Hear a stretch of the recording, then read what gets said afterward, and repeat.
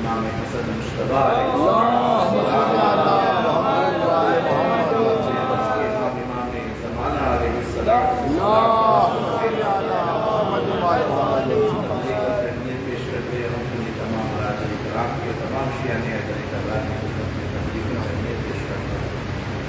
یقیناً بہت بڑا عید کا دن ہے.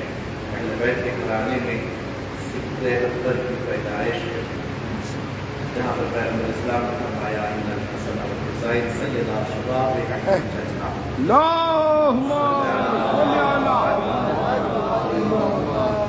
روایت بتاتی ہے کہ امام حسن مشتبہ علیہ السلام سر سے سینے تک پیغمبر سے شابہ تھے، اور سینے سے پاؤں تک امام حسین پیغمبر سے زیادہ مشابہت کرتے ہیں.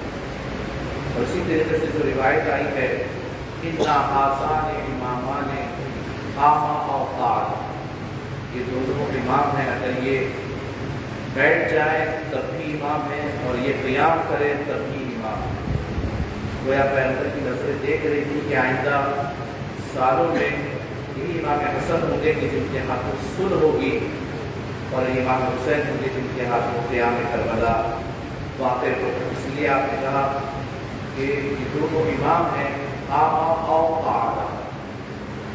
اور جو نسبت دی گئی ہے سر سے سینے تک امام حسن مشتبہ کی، شاید یہ وجہ رہی ہو کہ پیغمبر جانتے تھے کہ جو صلح ہوگی وہ ہاتھوں سے ہوگی. امام حسن مشتبہ ہاتھوں سے صلح کریں گے، اور امام حسین ہوں گے جو ہاتھوں سے چل کر میدان کربلا تک جائیں. بہت سارے مشاہدیں ہیں امام حسن علیہ السلام کی فضیلت اور مناقب بہت زیادہ ہے.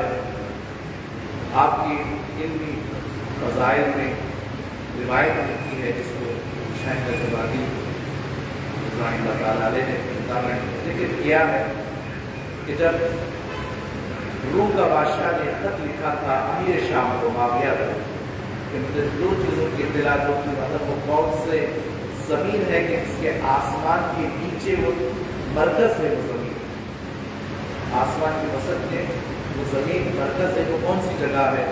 دوسرا مجھے اس زمین کا پتہ لگاؤ کہ اس زمین پر ایک ہی بار سورج کی کرنیں پڑی. امیر شام یہ دونوں جواب دینے سے حاصل ہو گیا.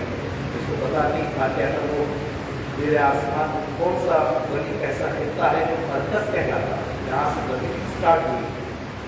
امیر شام کے پاس جواب نہ تھا تو اس نے فوری امام حسن مشتبہ علیہ السلام کی طرف یہ روانہ کیا کہ مولا آپ ہی اس کے جواب دیں.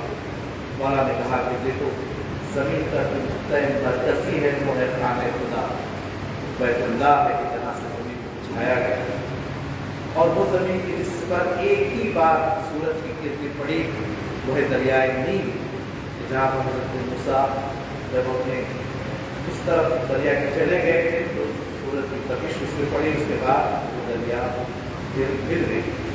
تو علم اور کے اعتبار سے کافی فضائل مناقب ہے. امام بہت ہی زاہد اپنے زمانے کے اور متقی اور اسلام اس قدر سادہ امام اپنے لباس پہنا کرتے تھے کہ ایک مرتبہ کسی یہودی نے امام کو ایک بہترین لباس پہن کر باہر نکلتے ہوئے دیکھا.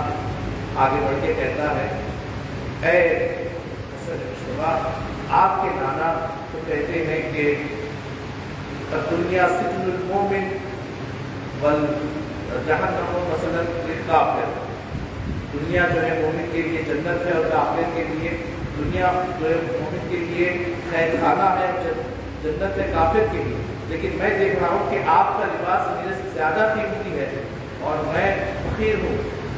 تو امام مسکرا کے کہنے لگے یقیناً میرے جد نے صحیح فرمایا ہے، ہم مومنین کے لیے دنیا قید خانہ ہی ہے، اس لیے کہ جو چیز اللہ نے ہمیں آخرت میں جو چیز رکھی ہے، جو انعام ہمیں رکھا ہے، اس کی نسبت تو دنیا کچھ نہیں ہے. دنیا میں تو کچھ نہیں ہے، وہاں تو جو ہمیں लागत और बेहतरीन लिबास वहाँ अता किए जाएं। इमाम ने फरमाया कि हाँ, मोमिन के लिए दुनिया खैर खाना है, हाँ वो नेमतें भी जो हमें आखिरत में दी जाएगी।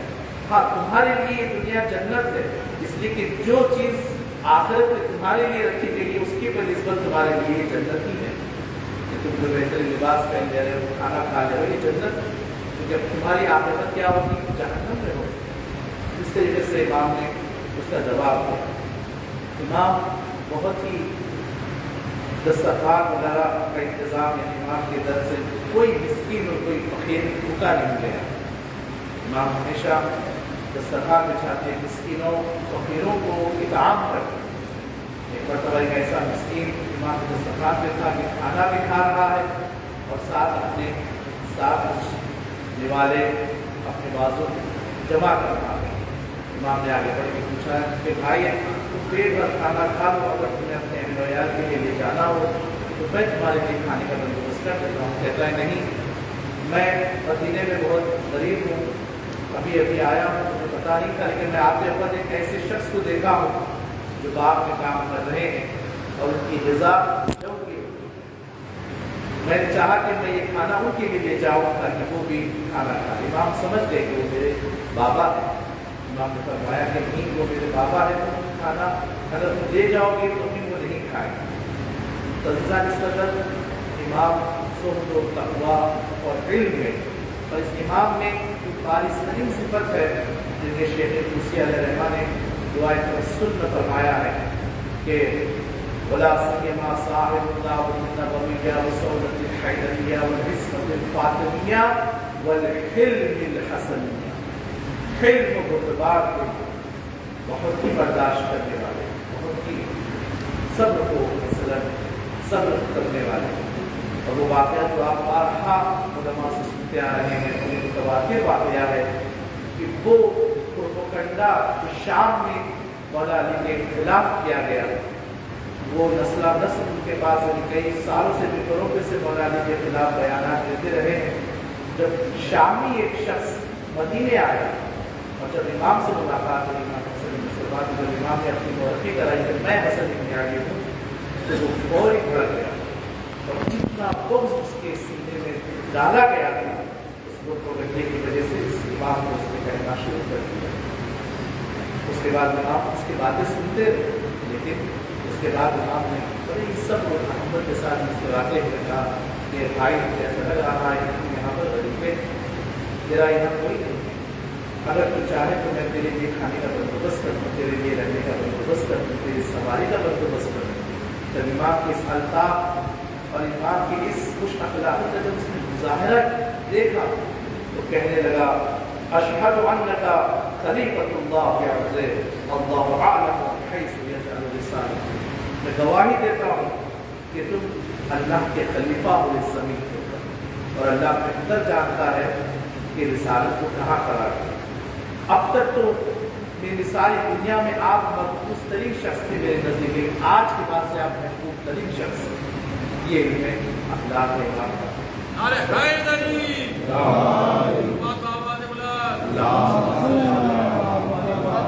इमाम की जंगें भी बहुत ज़्यादा हैं, इमाम ने बहुत सारी जंगें की, हत्ता ईरान के फुतूहात में भी इमाम का हिस्सा रहा। ईरान में फुतूहात में खलीफे के दौर में इमाम ने उसमें भी हिस्सा लिया, लेकिन जो बेहतरीन जंग जिसमें इमाम ने मौला कायनात के जो बड़े बड़े शुजा तरीन सहाबा थे उनको भी पीछे डाल दिया, वो है जंग जमल।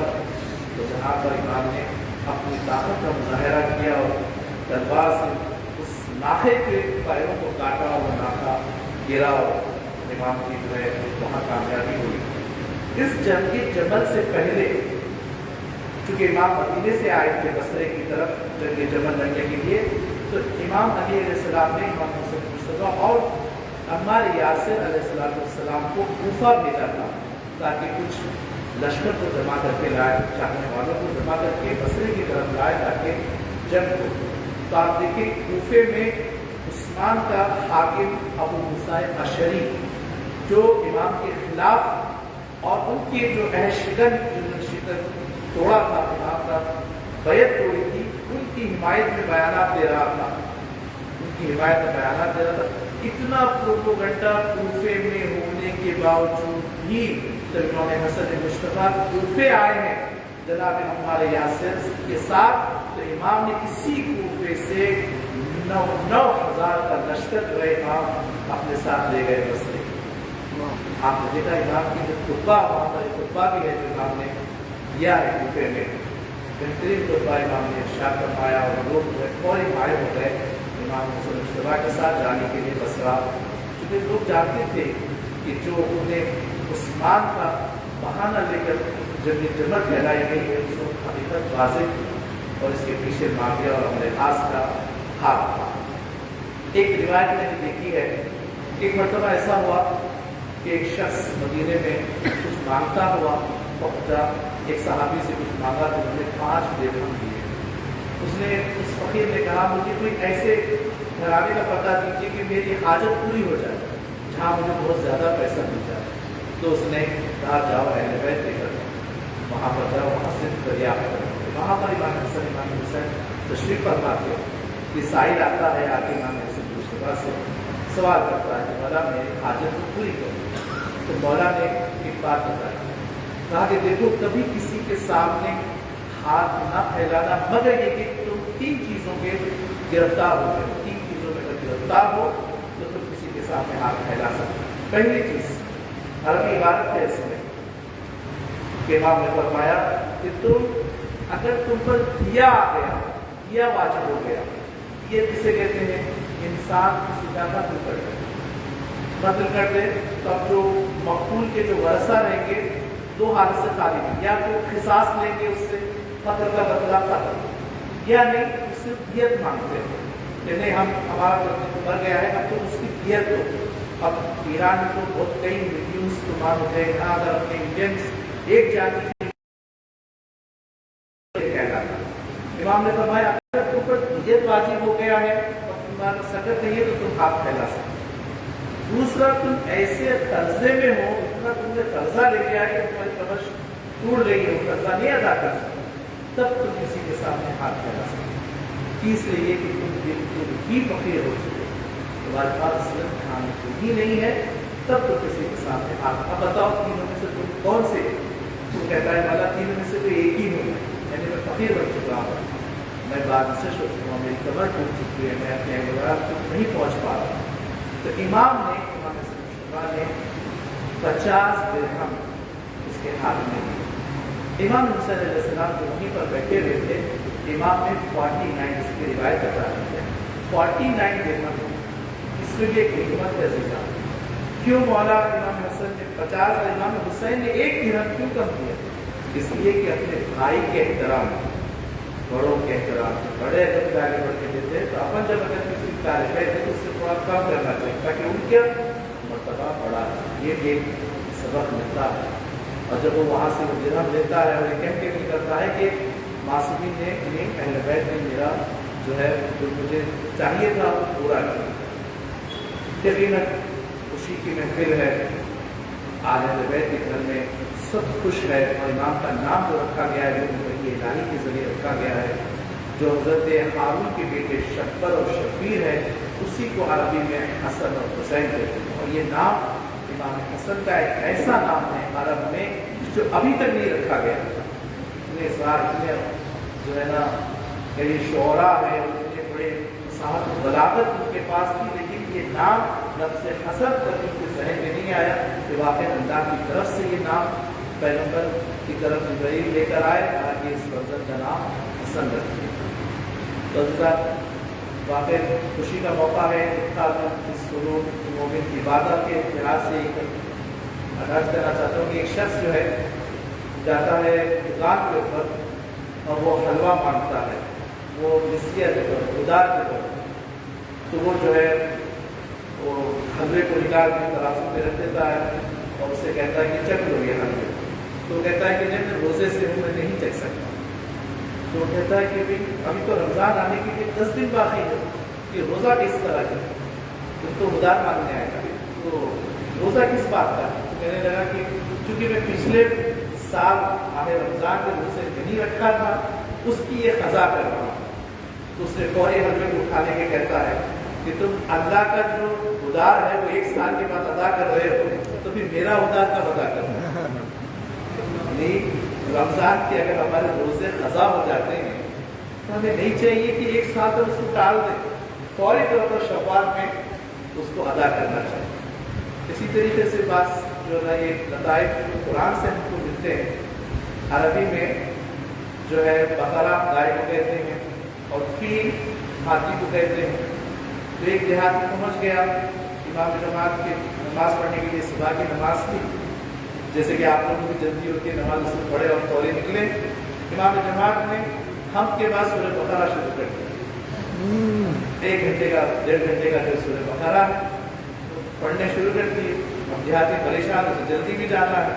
خیر وہ کیسا تھا کیسے پہلے رکعت ادا ہو گئی، دوسری رکعت کے لیے جیسے سورہ ہم کے بعد اسے الم تری کیف فعل ربک باصحاب الفیل بولتے ہوئے بولا جب بقرہ اتنا بڑا ہے تو فیل تو اس سے بڑا ہے، اس کو پتہ نہیں کہ سورہ فیل بڑا مختصر سا سورہ ہے، تو اپنی نماز کو چھوڑ کے چلا گیا۔ یہ بھی ہو جاتا ہے کبھی کبھی انسان کو قرآن سے آشنائی نہیں ہونے کی وجہ سے بقرہ اور فیل کو پتہ نہیں چلتا۔ ایک مرتبہ ایسا ہوا مدینے کے گروپ میں تھے تو ڈرائیور کو عربی نہیں آتی، عربی جو اپنے حیدرآباد سے جاتے ہیں تو عربی نہیں آتی بولنا، تو ان کو بتا دیا گیا کہ جب ہوٹل نظر آئے تو اس ڈرائیور کو کہہ دینا رک جانے کے لیے، رکنے کے لیے کہنا۔ اب ایک دم ہوٹل نظر آ گئی ہے، رات میں رکتے اب ڈرائیور کیسے بولے کہ رکو رکو، تو انہوں نے فوری کھاتے پہ اس کے ہاتھ رکھے گئے، بھائی صدق اللہ العلی العظیم۔ تو ایسے بھی واقعات جو ہے نا پرانی لطائف ہمارے کو مل جاتے ہیں۔ کسی حاجی کے پاس ایک صاحب پہنچ گئے تھا کہ یہ کتا جو ہے نا اس نے قبرستان مسلمانوں کے قبرستان میں دفنا دیا ہے، کچھ فیصلہ کیجیے حاجی صاحب۔ تو حاجی صاحب کہنے لگے بڑے تھے اس مالک کو تم نے کتے کو کیسے تم نے قبرستان میں دفنا دیا؟ تو مالک کہنے لگا حضور یہ کتا کوئی معمولی کتا نہیں تھا، یہ بہت بارش پیسے چھوڑ کے گیا ہے اور اس نے یہ بھی کہا ہے کہ میرے بعد حاجی صاحب کو 10,000 درہم بھی دے دینا۔ آپ پریشان حاجی صاحب کو گاڑی کو اپنے ہلانے لگے اور اس کے بعد سوچ کے کہنے لگے خط من یا اصحاب کہف کی نسل سے رہا۔